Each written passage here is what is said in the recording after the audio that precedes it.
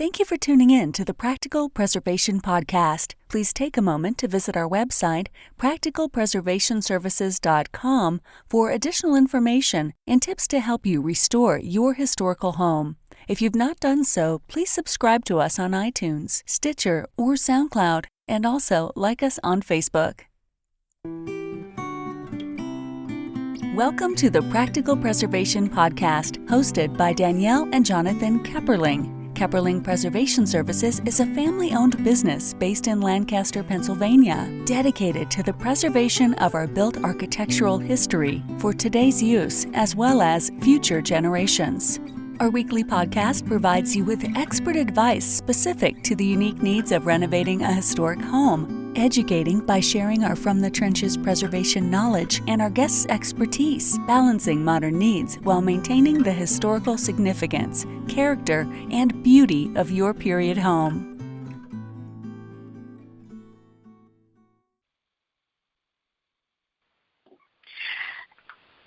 Today on the Practical Preservation Podcast, we have Candacy Taylor joining us from Taylor Made Culture. Thank you for joining me today. Thank you for having me. Okay, so tell me a little bit about your background. Well, I'm a cultural documentarian. I've been working on a project based on the Green Book since 2013, but I've been documenting subcultures throughout the United States for the last 20 years. I do photography, I've written a few books, and I've developed a digital interactive map that I worked with National Geographic on, so I do a lot of different things. When I was perusing your website for preparing for this, I was interested in the counterculture about the diner waitresses and your hair project. So I think I'm going to be diving into your subcultures. Good. Tell me a little bit about Taylor Made Culture. Well, I started the company when I got out of grad school. I went to grad school at the California College of Arts in San Francisco. And I started the company basically because I really thought, again, I'm a black woman. I've been traveling so much. I was, labeled as a travel writer, but it really didn't explain what I was doing because I was really looking at all these different disciplines. My projects are very interdisciplinary. I did a project called By the Horns with female bullfighters, and I thought, wow, I really need film for this. When I did counterculture, I thought, photography is the way to capture this subculture. And with Overground Railroad, my latest project, it really delves into so many different things. So there's a mapping project, and then there's a book, and there's an exhibition that's traveling the U.S. with the Smithsonian. So Taylor Made Culture was just a way to have an umbrella of all of these different disciplines and things that I wanted to do with these different projects. And, it's a business that, I've had for, since 2002. So, my God, that'll be 20 years next year. Almost, yes. Old. I feel like it would be very interesting work because you get to kind of delve into multiple, like what's interesting to you at the time.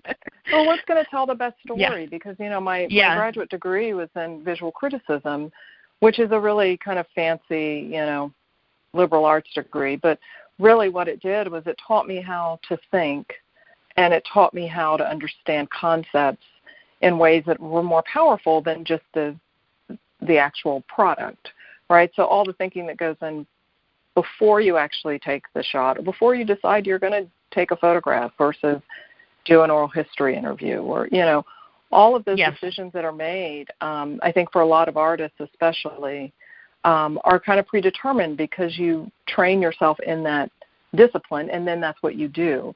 Whereas my work is project-led. It's like, what does a project need to tell the entire story? And then I learn the technology as needed to support that, hire people if I need to. Yeah. Yes.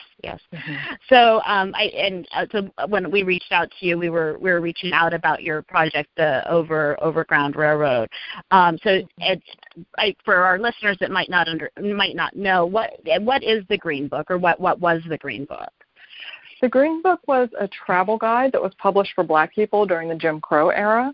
It was published from the 1930s to the 1960s, and it was critical because during that time, Black people were legally shut out of most white-owned establishments, and it was very unclear and in many cases dangerous to just venture out, especially during travel or on a road trip, without a plan. And a lot of people carried the Green Book with them because it showed them where they could go.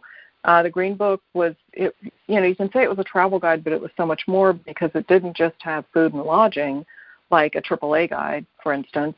It had pretty much every kind of Black-owned business that you could imagine, and there were white-owned establishments in the Green Book as well in later editions. But there were liquor stores and drug stores and haberdashers and sanitariums and department stores. I mean, there was just anything you might need on the road, nightclubs and, lots of entertainment venues. But it was a really incredible tool, and, it was a life-saving tool. One thing that when I was reading the book that I thought was very interesting that I had never realized was that some of the not necessarily social not necessarily social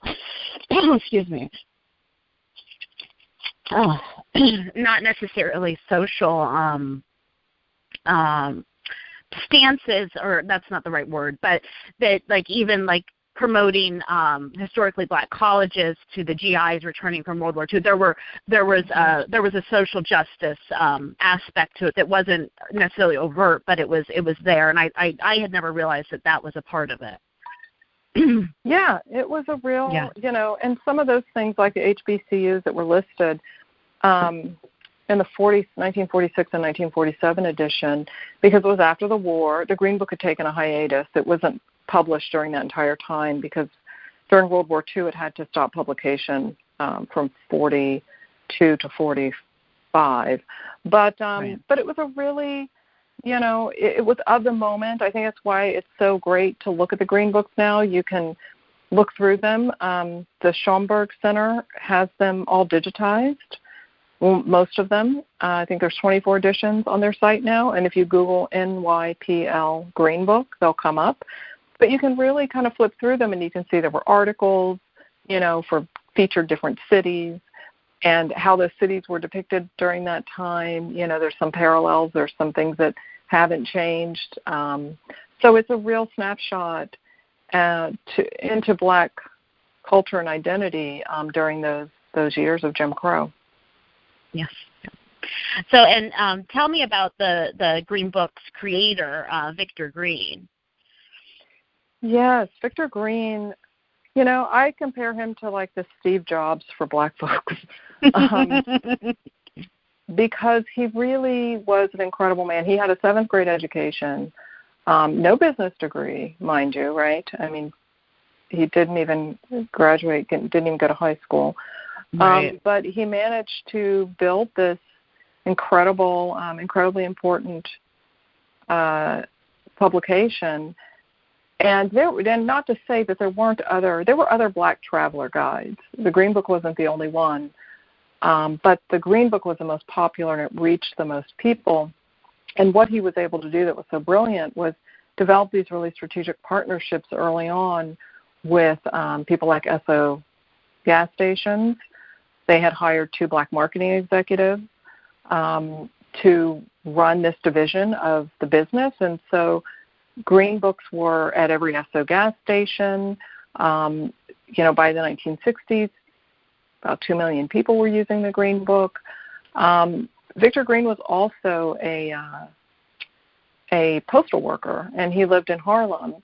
And, it was one of those things where he was just solving a problem that he had in Harlem because half the places on 125th Street didn't allow Black people in there. So he thought, well, we kind of need a guide to figure out, where we can go even in our neighborhoods. So Harlem was the first edition, and then by 1937 there was sites in upstate New York and a couple in New Jersey. But it was a very local, guide. But I think, and I compare him to Steve Jobs in the sense that, you know, I don't think he realized when he made that guide and he put golf courses and things like that in the Green Book that brought Black people into what was mostly white spaces in a way that was, you know, really innovative and exciting and new. And he also brought all of these Black-owned businesses a lot of business. You know, if you were going through a town, if you saw that there were a bunch of Green Book sites on Auburn Avenue in Atlanta, for instance, then it was a nexus of Black culture, and, you know, everything that was happening in these vibrant communities was really special. So I think it was an incredibly powerful networking tool, and I'm sure when Steve Jobs put a camera in his phone, you know, he didn't live to see this, but it became a new civil rights era tool, right? Right. And how powerful the camera has been in really having us re-engage its history, and hopefully in a way that that will be, you know, more powerful and lasting. But I think he was an incredible businessman. I agree, and the other thing that I thought was really powerful is even in the early editions, there was a social movement to, you know, patronize the Black-owned businesses, because why should you patronize, you know, businesses that will not hire you, or, you know, to give economic support to the community. And I thought that was really probably pretty radical at that time. Yes, there was a big movement going on in every major city where, you know, and it made sense. But I think he knew that all of these things were happening, and he had his, you know, again, he was solving his own problem, but it became such a universal tool that did more than I think than what he set out to do. And I think in some ways that's how, you know, technology works, right? Sometimes it sets out to do things that we don't want it to do. But the Green Book was, you know, it's a double-edged sword. But I think the Green Book grew beyond anything he could have imagined. But he was still he was a dapper man. He was like 6 feet tall. He was incredibly handsome. He and Alma Duke Green, his wife, were a team. And I can't, you know, you can't talk about the Green Book and not give Alma a tremendous amount of credit, because I think she was a big reason why he was so successful. He was still working as a postal worker full time, right? You know, throughout most of the life of the Green Book. So, and then he dies in 1960, so he didn't even live to see the passage of the Civil Rights Act. And Alma, his wife, took it over, and she became the publisher and the editor for a little bit, and then she passed the tome over to Langley Waller, who published it to 1967. So, you know, it's an incredible, I think, story about resilience and Black entrepreneurship that, you know, we don't hear much about. Yeah, I agree. I had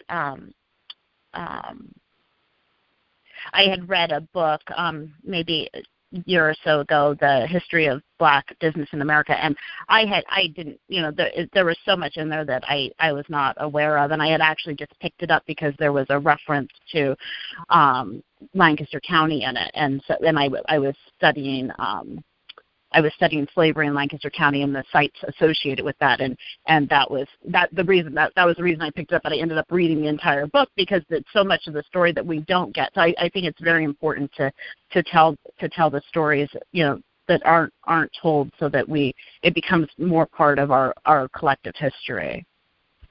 Exactly. Yeah. So yes. So was that kind of your reason for wanting to document the Green Book sites, or why did you decide to document you know, the Green reason Book why sites? I got into it was because I was commissioned to write a book on Route 66, and it was the first kind of book I wrote. Like, it was just essentially a travel guide on Route 66, and I did it because I needed the money. And as soon as I started doing it, I realized, you know, it was a bad idea, because the money it was going to cost me to produce this book was going to be more than the advance was going to offer. Yeah. And I thought this was not a smart idea. And I was cursing myself for agreeing to do it out of desperation. And And then I was researching Route 66, and I went to a museum show on Route 66 at the Autry Museum in Los Angeles, and there was a green book, like, tucked under glass in a corner. And I'd never seen the green book. I didn't know such a thing had ever existed. This was, like I said, about 2013. And I was so shocked. And once I learned that half the counties on Route 66, there are 88 counties from Chicago to Los Angeles, half the counties on Route 66 were sundown towns, which were all white towns, and they were all white on purpose. And I thought, well, then how in the world did black people travel Route 66? You know, it must have been incredibly dangerous. And, of course, the nostalgia factor in Route 66, it's like get your kicks on Route 66, and, you know, it's this white nuclear family just, you know, getting in their Airstream trailers and having a good time. And then I realized how much of that imagery and that time period, especially surrounded by travel, black people were just absent, you know. And it's like, well, then there's a reason. But then there was this other solution. So that when I discovered the Green Book during this time, I thought, oh, this is why. This is why I'm in this Route 66 thing, because there's a different story. There's a much more interesting story here, and this is going to be my next project. So I got the book done, and I did list some Green Book, you know, sites that were in that travel guide, but it wasn't really. It was about Route 66, but yeah, that was, you know, kind of one of those eureka moments, like, oh, thank you, you put me here for a reason. And you know, I've worked on this project for 7-8 years. Yeah, there's the amount, and the amount of research that you've put into it is I've learned so much reading the book, and you're out documenting the sites now, and you did also for the book. So you're you're expanding the is that what you're doing? Are you expanding like the sites that you've documented? Yes, because when I first did my first round of when I first started the project, Wikipedia said there were 1,500 Green Book sites, but I've cataloged over 10,000 of them now. Oh my goodness! And the reason why it said 1,500 is because we only had access to 2 editions when I first started the project. And so I got the fellowship at the Schomburg Center in New York, where they have the largest collection of Green Books in the world.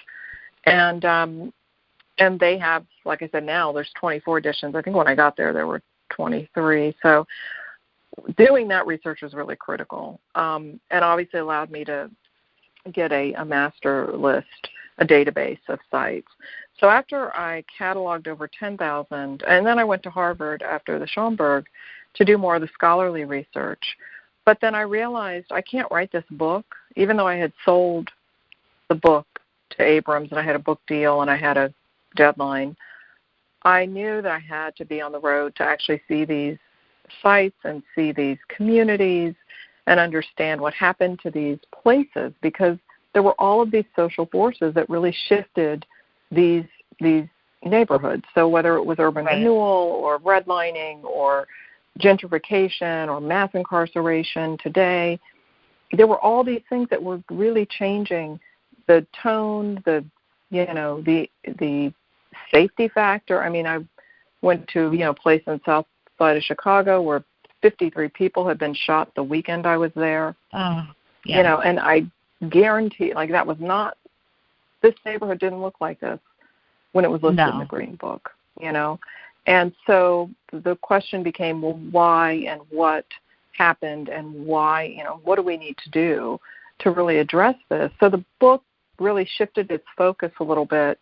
And I think it became a better book, but it became a much harder book to write. But in that interim, I had scouted about 5,000 sites after, between like Schomburg and Harvard, and then leaving Harvard. I had about 8 months to write the book after that. So I scouted 5,000 sites, and of those, that had addresses, I really got a good sampling of, about how many were left and how many we've lost. Right. But in the interim, since since the book has come out, the other sites were harder to scout because a lot of them didn't have addresses.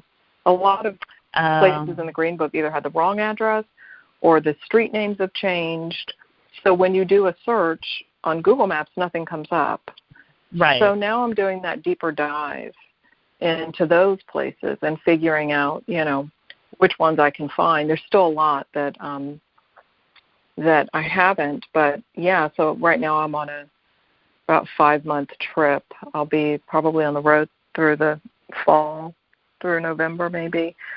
I don't know when I'm going back to New York, but so finishing up that field research to do a mobile app. So that's the next project that's in the works, because a mobile app will be really a great way for people to experience, sites that are near their home. It's not just going to be Green Book sites. There'll be everything tracing Black social mobility over the last century. So there'll be lynching sites. There'll be sites that are, with current Black-owned businesses. There'll be sites that have sundown towns. If you're taking a road trip, it'll pop up and say, "Oh, you're entering what was a former sundown town." Yes. So that's a really great way to tie, history to now. I think that's a really great way to kind of change the narrative and change the way people look at things. My dad's family is from Oregon, and probably, I don't know, less than 10 years ago, we were chatting at dinner one night, and he's like, "Well, that there were no Black people allowed in Oregon. That's when the state was." Of Oregon was the whole state. Yeah. And I said, "No, that's not possible." He's like, "It was." And then we're pulling out our phones and Googling, but I just couldn't believe it. Oregon was the only state in the country that the entire state was a sundown town. Yep. Yeah, that was just crazy to me. And the only person that got prosecuted under it was a man that was more successful than his neighbor. So his neighbor, of course, turned him in because. We're pretty consistent. So tell me about this. You kind of touched on a little bit, but about the storytelling of the Overground Railroad. I know you've mentioned the traveling Smithsonian exhibit. You have the children's book plan, the board game, the mobile app. Tell me about how you're integrating that whole storytelling. Well, the young adult version is coming out. It'll be out in January of 2022, so it'll be out next January. And I think, that really does allow for this younger audience at a time when, we saw the George Floyd protests and you see, families coming out to protest. And I think it's a really incredible opportunity to reach a group of people in there, it's for ages 12 and up. So it's that time when you do feel more awkward and you're more self-conscious and, and you judge people and people judge you and you realize, there's a whole other way of being, how you walk in the world. And I think to introduce the history of, our story in terms of this, American story about race, culture, and identity, because the Green Book is very empowering. It's not just a story about loss and pain and tragedy. It's really a story about resilience and entrepreneurship in spite of all of that. And so I think it can be a really incredible opportunity to maybe have Victor Green be a role model in some ways. There are similar things, there are simple solutions to problems that we may have that could trigger another, incredibly significant statement in how we move this ball forward. And the book is really addressing that. The book talks about the pendulum of justice. That it's never, when people say, "Oh, it's 2021, we shouldn't be doing this now." We're just supposed to be getting better as we, as time moves on, and that's never been the case. And so the book really shows where the pendulum of justice swung forward and when it swung back. And that is our history. We'd move forward, Barack Obama, Trump. It's like, it's a real, that is what we do. And I think understanding it from that perspective, me and, my stepdad, Ron, who I write about in the book as a narrative thread, we were not surprised when Trump won. Because of, that's how history is, that's what we've learned in history. So I hope that, all of these different projects, whether it's the exhibition where you get to actually see these huge, life-size photographs of these Black people living their best lives, and you get to learn, about the history of, and you get to see some of the objects where these, that like a huge, beautiful cash register that was in one of the longest standing and most prominent filling stations that was Black owned on Route 66. You get to go and you see these objects and you can get a tangible narrative to this history. That's really critical. But I think every project, whether it's the book or the young adult book or the mobile app, there's so many different ways people understand history and learn history. So it really is to reach everyone where they're at, and allow you to add layers to how you want to experience it. Yeah, I think that's really I think that's really smart, because people consume information differently. So and then if somebody's really enjoys reading, or the app can give them similar information, it's very, I think that's really a smart approach to be able to reach as many people, and then being able to actually go and see physical things from the Green Book for the exhibit is another way to really make it real. So I think that's really, really smart. You mentioned your stepfather, and when I was reading your introduction, and you were talking about him being on vacation as a child with his family, and the chauffeur's hat as a prop. I do tend to live in my own little world, but I was probably in my 30s before I realized that everybody didn't get the same lessons that I did from my mother's family. So the make sure that you have your receipt when you're at the store, don't go back into the store with your bag. I didn't realize that the whole world didn't get those lessons. And so, because I do tend to live in my own world, and then I'm having this revelation of that was because they were, and my mother's family is very that my grandmother's generation was almost all college educated, even the women. They were very upper middle class, but they still felt the need to teach those lessons, and so I thought that was really an important lesson in your book to teach people that maybe haven't had that exposure or that revelation. Yeah. So, and it was interesting with Ron, because my stepdad, he really does become a narrative thread, but that's not how the book was really supposed to be written. It was kind of by accident that he became such a prominent figure in the book, because he died literally the week I started writing the book. And but during the time when I was doing all that field research, we would talk on the phone. I'd be driving in the car, and he loved to talk. He could talk for hours, and he was a Southern man. He grew up in Memphis.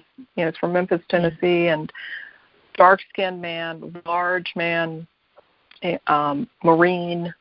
He's a huge teddy bear to us, but he can come off as being really. He intimidated every boyfriend I ever had, and not meaning to, but he had that alpha male presence, and he was so male, and I was just thought he just had a little too much testosterone. I just didn't get it. We were never really that close. He was my stepdad since I was 12, but we were never really, really close. I was much closer to my mom, but it became, once I started working on this project, he started just sharing these really intimate stories with me about growing up in the South as a black man, in the Jim Crow South. And he told me things I'd never heard before and things I was reading in the archives. I'd read, there was people who used to travel with chauffeur's hat and chauffeur's coats because if they were upper middle class, they were driving a nicer car, it was just better as a ruse to say this wasn't your car, this was the chauffeur's, that you were a chauffeur, and it was more believable. It fit into the narrative of the person you were talking to. Ed. Yeah, and it could save your life because if you did have a nicer car than a police officer could afford, the ramifications of that could be deadly. Because again, we see what's happening with Tulsa, Oklahoma. Finally, that story, the Greenwood narrative, is coming out because essentially, in a Jim Crow system, black folks are not supposed to have more than white folks. And so, that happened to me. I was telling Ron, in the kitchen, I was like, did you hear about the chauffeur's hat thing? And this story tumbles out of his mouth about, he was age 7, taking vacation with his parents. They were driving across the border. Sheriff pulled him over. And his father, turned to him and said, don't say a word. And Ron didn't know what was going on. He's sitting in the back seat. And the sheriff, first question he asked, whose car is this? Where are you going and who are these people with you? And his father turned to his, I'm sorry, do you hear the barking? Oh, it's okay. Oh, God, my girls are being quiet, so. I'm at my sister's house in Ohio, and I'm sorry. But his father turns to his wife and pretends he doesn't know her and says, she's the maid. I'm a chauffeur. She's the maid. I'm driving them home. That's her son in the back. And they, the officer said, all right, go on. But Ron didn't understand. The sheriff said, well, where's your hat? And he said, it's hanging right in the back, officer. And there was always this black chauffeur's cap hanging in the back. Ron just thought it was a hat. He didn't know what it was. It was always hanging there. He never saw anybody wear it. And he said after that day, he saw it in nearly every black man's car he rode in. And so there were stories like that really became critically important in the storytelling of the book, but also in understanding, why even within my own family, and a man who I'd known all of my adult life and most of my life, it was like until he trusted me with these stories, when he saw I was really engaged in this material and doing this book, I think he trusted me. He could tell me these stories. And so his stories become kind of a narrative thread throughout the book.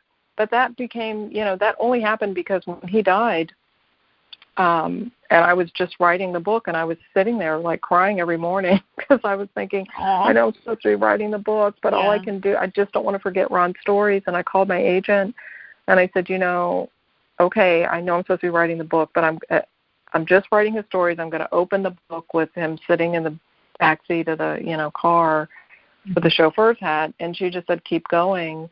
So it was, it worked out, but it's, I guess you couldn't plan those things, but he has become a real star. A lot of people love talking about Ron, and so it's kind of an homage. It brings, it's special that he was able to be a part of it in this way. Yeah, and I think it really connects and humanizes the story too. It's not just something that happened a long time ago, and I think that sometimes that's how people view history. So I thought that it was a very effective storytelling tool, and I'm glad that you were able to get those stories and make that connection, because as I was reading it, I was thinking my grandmother died 10 years ago or so, and I was thinking I really wish that I would have been able to talked to her about this and asked her about it, because she would have definitely had memories. But I don't know. I also don't know if she would have acknowledged it, because she was kind of funny. She had the whole family together in Omaha the Thanksgiving before she passed, and one of my cousins was trying to ask her about the segregation in Omaha and the pools not being open to them, because they went to integrated schools because there just weren't enough schools, for every, because the population just wasn't that big. But she would not even acknowledge that the pools weren't integrated. She just said that they didn't want to go to the pool, and I'm thinking that was her.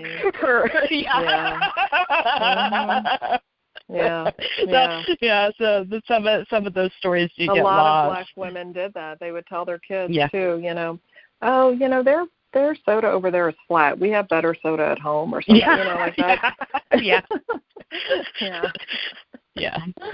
I could see that. So you talked a little bit about it, but tell me about how you kind of connected in the book today's society to the Green Book story. Yeah, I think it's important to, like I said, not just contextual. To talk about the Green Book as a historic time capsule, I think is a huge disservice to really the impact of what it stood for and really what it can teach us now.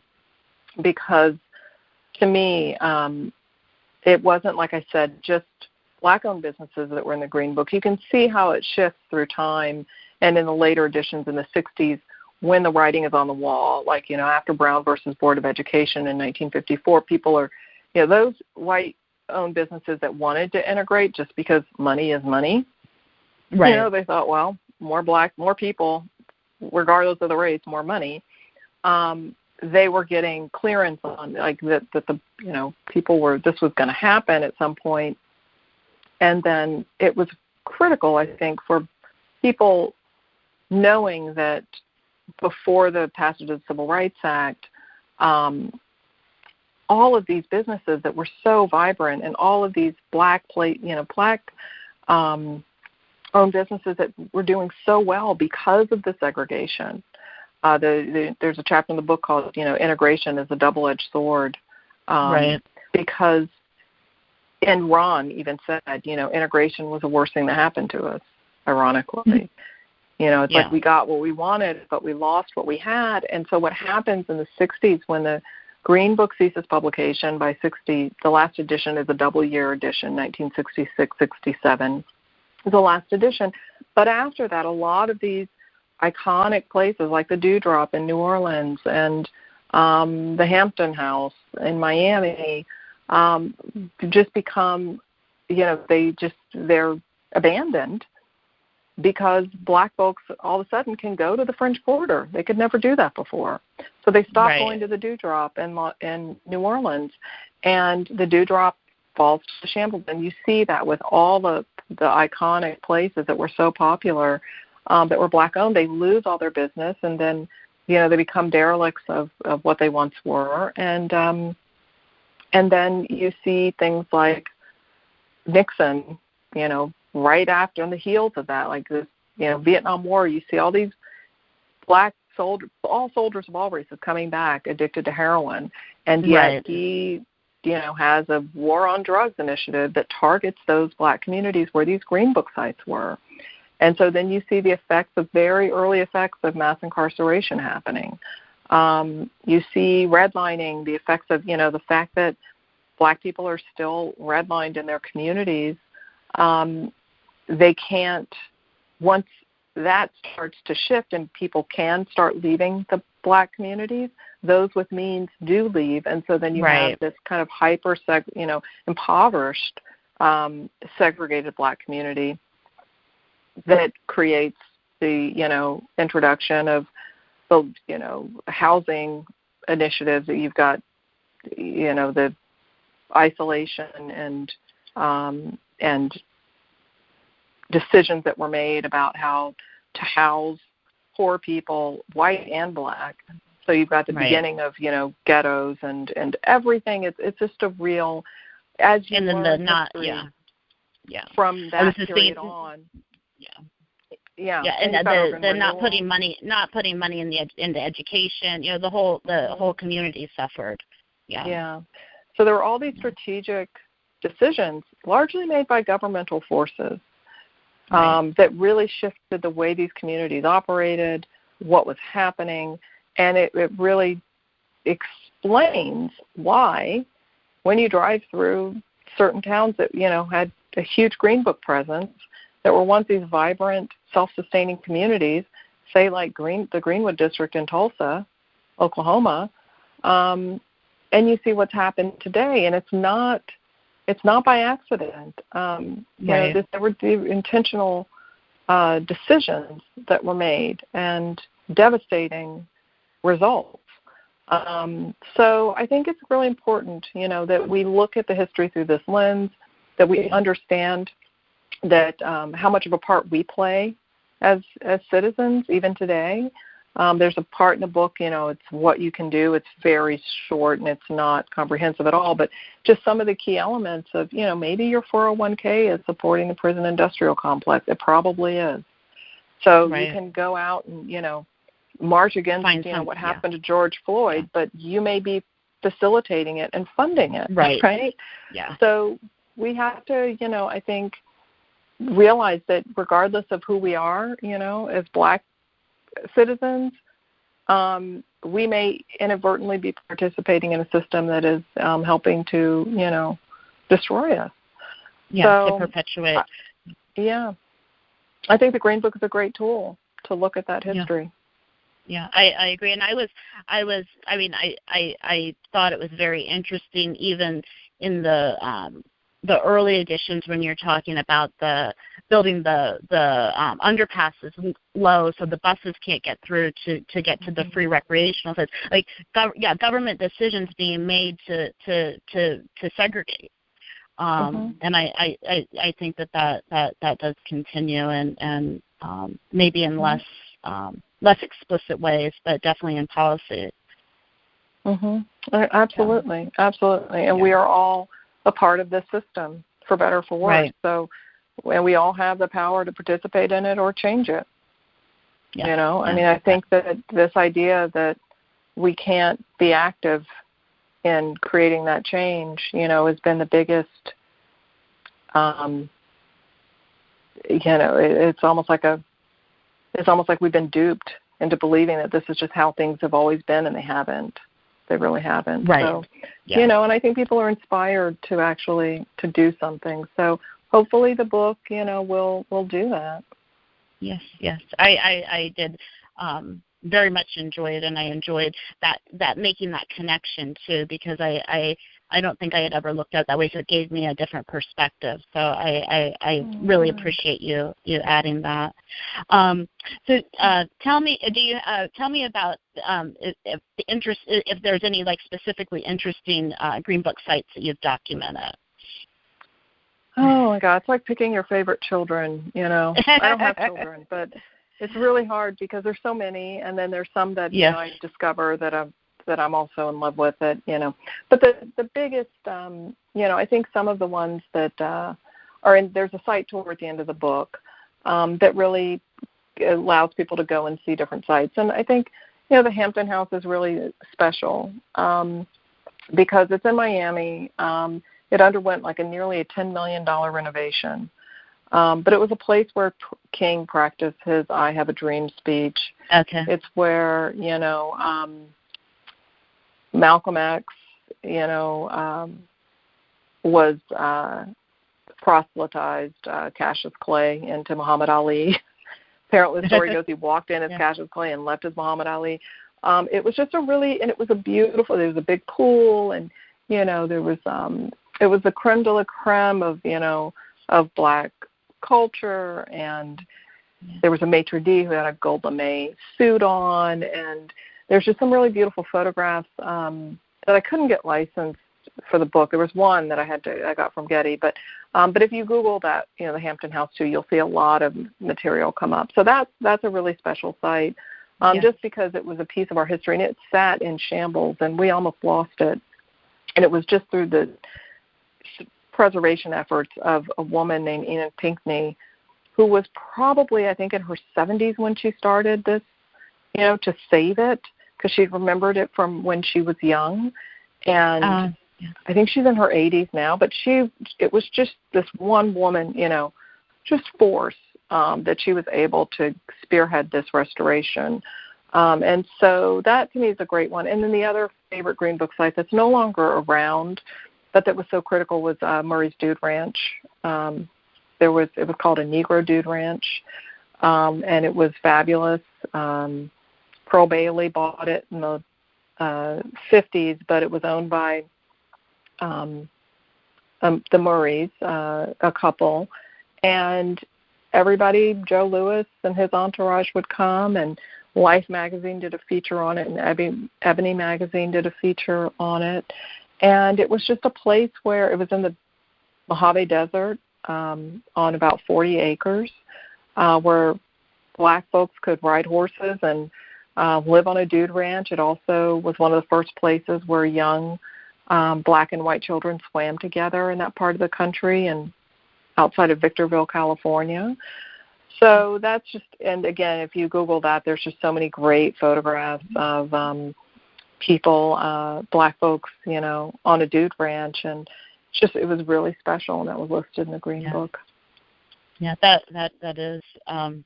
I was not that I guess I should be surprised, but I was really surprised that there were only 25% left in the that of the listed that are left like as a physical buildings. Right. And I know when the Green Book movie came out a few years ago, they did the local paper here did a story on there were 3 sites listed in the 1940 edition in Lancaster, but they were all private houses, and one still is surviving. The others have been demolished through urban renewal.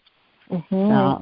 Yeah, urban renewal was a significant force. I would go places where there once had been 20 Green Book sites, and there was just a freeway there now, and I saw that over and over again. And I think it's important that there were a lot of tourist homes in the Green Book, which were kind of the Airbnbs of their time. Yes, yeah, exactly. We did that too. Yeah. So, and I do find that, a lot of the commercial buildings, we keep losing them, even whether it was through just so much, gentrification and the way, hospitals and schools and things that are just, that are replacing a lot of these places. So I do have a grant with the National Park Service to nominate Green Book sites in the National Register, and also rewrite the context of how these places should be viewed, as historically significant, because as you may know, with the National Register, it gets very complicated, and they can get lost in details that don't really matter, what the floor plans were in the 40s, to whether or not a place should be considered eligible. If it's still, if it's still in the period of significance, Yeah. So I'm doing that work to hopefully make it easier to save the ones that are left. Yeah, I think that's very very important, and making them part. And I think that there is a trend in the preservation movement to kind of be more inclusive in our storytelling collectively, and I think I'm really glad to hear that the Park Service is working on that also, because I don't think they've always done that. Yeah, so I was surprised though that the Department of Interior in the 30s was making their own travel guide. Yeah. So, and I was surprised by that. So is there anything that maybe you wanted to touch on that I didn't ask you, or that you thought about while we were talking before we wrap up? No, I mean, I think, if you have any other questions for me, I'm happy to answer them. But I think, in general, I guess for people to, if they want to follow the project or learn more about the different, the exhibition that's traveling, to see where it's going. It's right now is at Mosaic Templars Museum in Little Rock, Arkansas, and I'll be giving a talk there on July 15th. Let me double check that. But yeah, if you want to find out more things like that, you can go to tailormadeculture.com, and if you follow the Overground Railroad tab at the bottom and sign the guest list, I can put you on an updates list. And I only send out a few updates a year because I can't even handle my own email. So I try to be very careful. I bothering understand. People. Yeah. So it's sign up on the website, and is there and then you'll have the updates. Event, the speaking event is on the 17th of July. Oh, it's on the 17th. Okay, very good. And then let me see, and so that would be a way for people to follow you, and your books are available, I'm assuming, everywhere. I know I picked my copy up at Barnes & Noble. So if anybody's interested in buying the book, they can definitely just go to any major bookstores.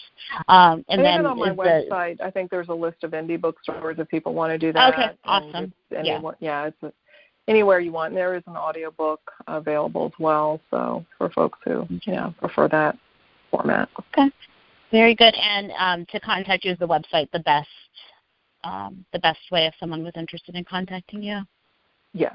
Yeah, that's the best way. And, I'm glad to, I think what you're doing here in terms of, preservation, I also have a grant with the National Trust, featuring Harlem stories, Harlem Green Book stories. Oh, yes. And I think that, preservation is our way into basically not just telling our history, but understanding it in the context of why it's so important to save it. I think agree. It's just really critical. And so I love, as much as I love the history, I really think the built environment and what we're doing with these sites now and re-engaging with that, site, even if it's gone, for my mobile app, I'm working on AR, features where you can scan and see what was there. Even though it's been quote unquote lost structurally, there's still ways to capture it in our mind's eye and hopefully prevent us from just tearing down other pieces of our history and then realizing, I agree. I wish I hadn't done that. And once it's torn down, it's gone.